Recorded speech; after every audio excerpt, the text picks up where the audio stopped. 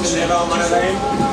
Di নম্বর মশরা শ্রমিক union শহীদ president Zia রহমানের 39তম শাহাদাত বার্ষিকী উপলক্ষে আয়োজিত মিলাদ মাহফিল ও খিচুড়ি বিতরণের অনুষ্ঠানে আমি আপনাদের সাথে এসে উপস্থিত হয়েছি। আমার এখানে দুটি কথা আমি বলবো।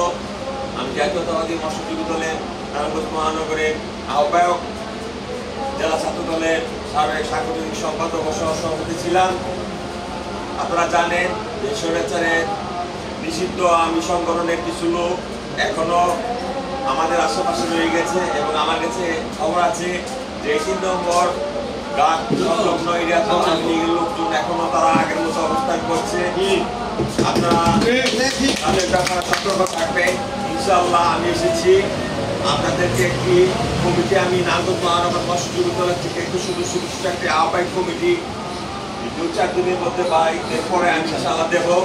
তারপরে এখানে আমি একটি বড় একটা শোডাউনের ব্যবস্থা করবো। আর আপনারা আপনাদের কাজ হবে যারা স্বৈরাচারী এবং নিষিদ্ধ ফ্যাসিস্ট আওয়ামী লীগের দোসর যারা আছে এবং যারা ওই ওসমান পরিবারের রাজনীতি করেছে তাদেরকে ৩ নম্বর মৎস্যঘাট ইউনিয়নের মধ্যে থাকতে দেওয়া হবে না। যে কোনো কিছুর বিনিময়ে তাদেরকে এই জায়গা থেকে বের করতে হবে। আপনারা আপনাদের ভাবে এগিয়ে চলুন, আমি তাদের বিরুদ্ধে ব্যবস্থা নেব ইনশাআল্লাহ। কিছুদিনের মধ্যে এটা আওয়ামী লোকের যারা এখানে শাসন করতো তারাও এখান থেকে বিদায় নেবে এই আশাবাদ ব্যক্ত করে সবাইকে ধন্যবাদ জানিয়ে আমি আমার সংক্ষিপ্ত বক্তব্য শেষ করছি। আসসালামু আলাইকুম।